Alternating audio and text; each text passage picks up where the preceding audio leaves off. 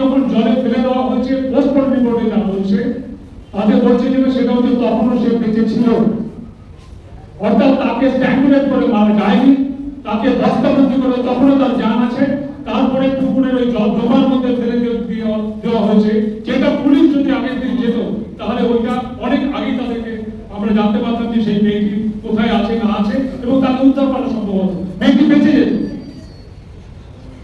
পরের দিকে পুলিশের যে ভূমিকা আমরা দেখছি সেই ভূমিকা চিঠে ফোটা মাত্র আমরা 4 তারিখে বিকেলবেলা দেখতে পেলাম না। পরবর্তীকালে যে সমস্ত ঘটনাগুলো ঘটেছে সেগুলো আগে আপনারা দেখেছেন। 5 তারিখে পরে 8 তারিখ সকালবেলায় খবরে জানতে পারছি, টিভিতে দেখাচ্ছে, পেপারে চলে এলো যেটা, সেটা হচ্ছে এনকাউন্টার হয়েছে। যে প্রভাস মন্ডল যাকে ভুল অপরাধী হিসেবে চিহ্নিত করেছে নাকি পুলিশ, যাকে গ্রেফতার করা হয়েছে, যে পুলিশ হেফাজতে আছে, পুলিশ হেফাজতে অন্য একজন গ্রেফতার করা হয়েছে, তার সাথে তার কথোপকথন, তার ভিডিও বাইরে চলে আসছে।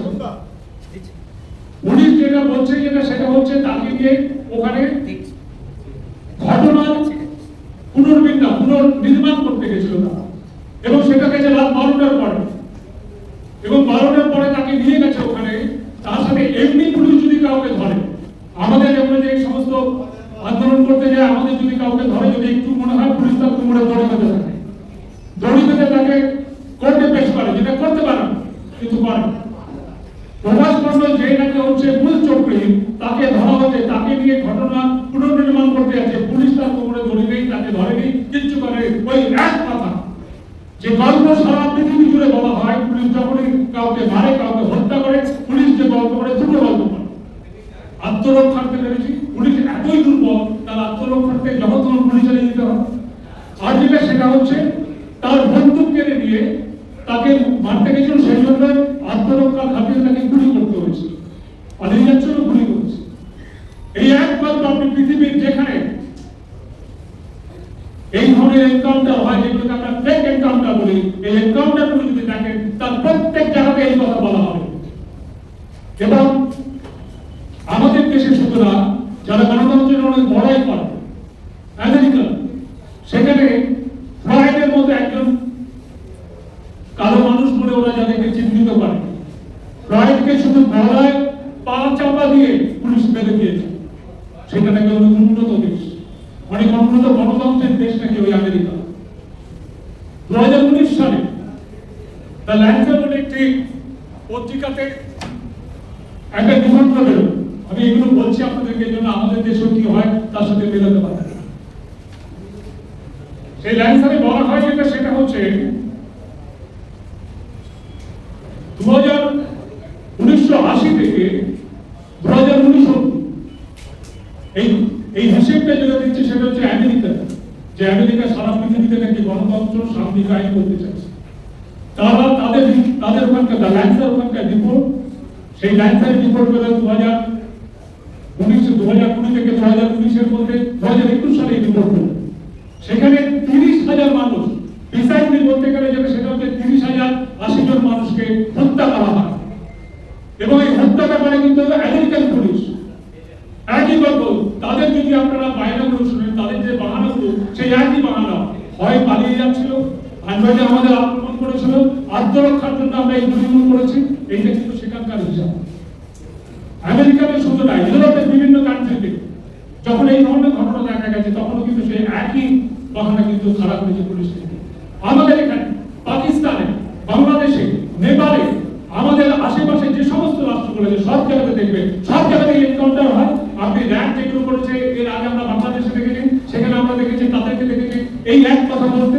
আমাদের এখানে যখন কাশ্মীরের মানুষকে মারা হচ্ছে, আমাদের এখানে যখন মণিপুরের মানুষকে মারা হচ্ছে, আমাদের এখানে যখন ছত্তিশগড়ের মানুষকে মারা হচ্ছে, তারা একই কথা বলছে, আত্মরক্ষার্থে পুলিশ তাকে এই গুলি চালাতে বাধ্য হয়েছে।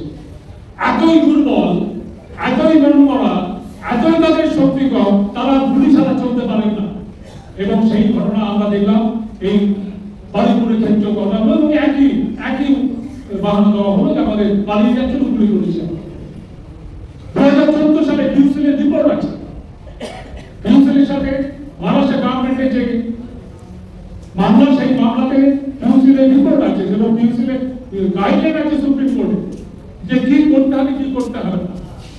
পুলিশ এই না আমাদের যে আন্তর্জাতিক যে মানবাধিকার সনদ সেই সনদ বলছে এভাবে মানুষকে বের করা যাবে না। আমাদের যে সংবিধান সেই সংবিধান বলছে, সংবিধানের 14 ধারা বলুন, 19 ধারা বলুন, 31 নম্বর ধারা বলুন, 139 নম্বর ধারা বলুন, যেখানে যাবে সেখানে দেখবেন এই কথাগুলো বলা নেই কোথাও। অর্থাৎ আইনগতভাবে এই কাজটা করা যাবে, কিন্তু এটা করা হয় না।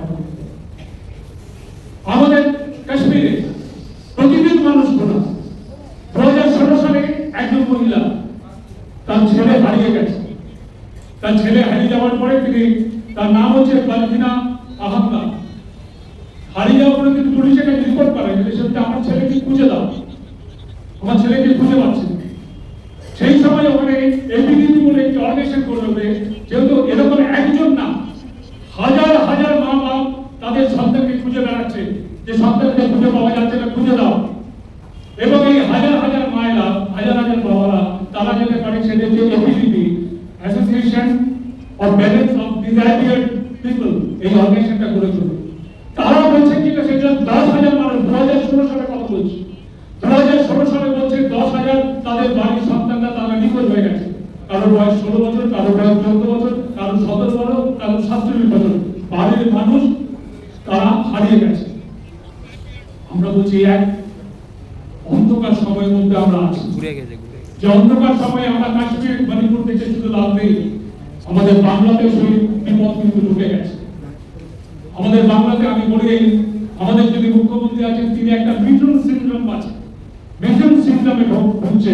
আমাদের খুব পপুলার সেখানে মিশনের সিনেমা খুব পপুলার ডায়লগ, মানব এখানে লাশ পড়বে শ্মশান। আমাদের এই মুখ্যমন্ত্রী তিনি মিশন সিন্ড্রোমে ভুগে তিনি বলছে সরকারের ধর্ম বিজ্ঞানের খরচ মদের গ্রুপ পেয়েছে,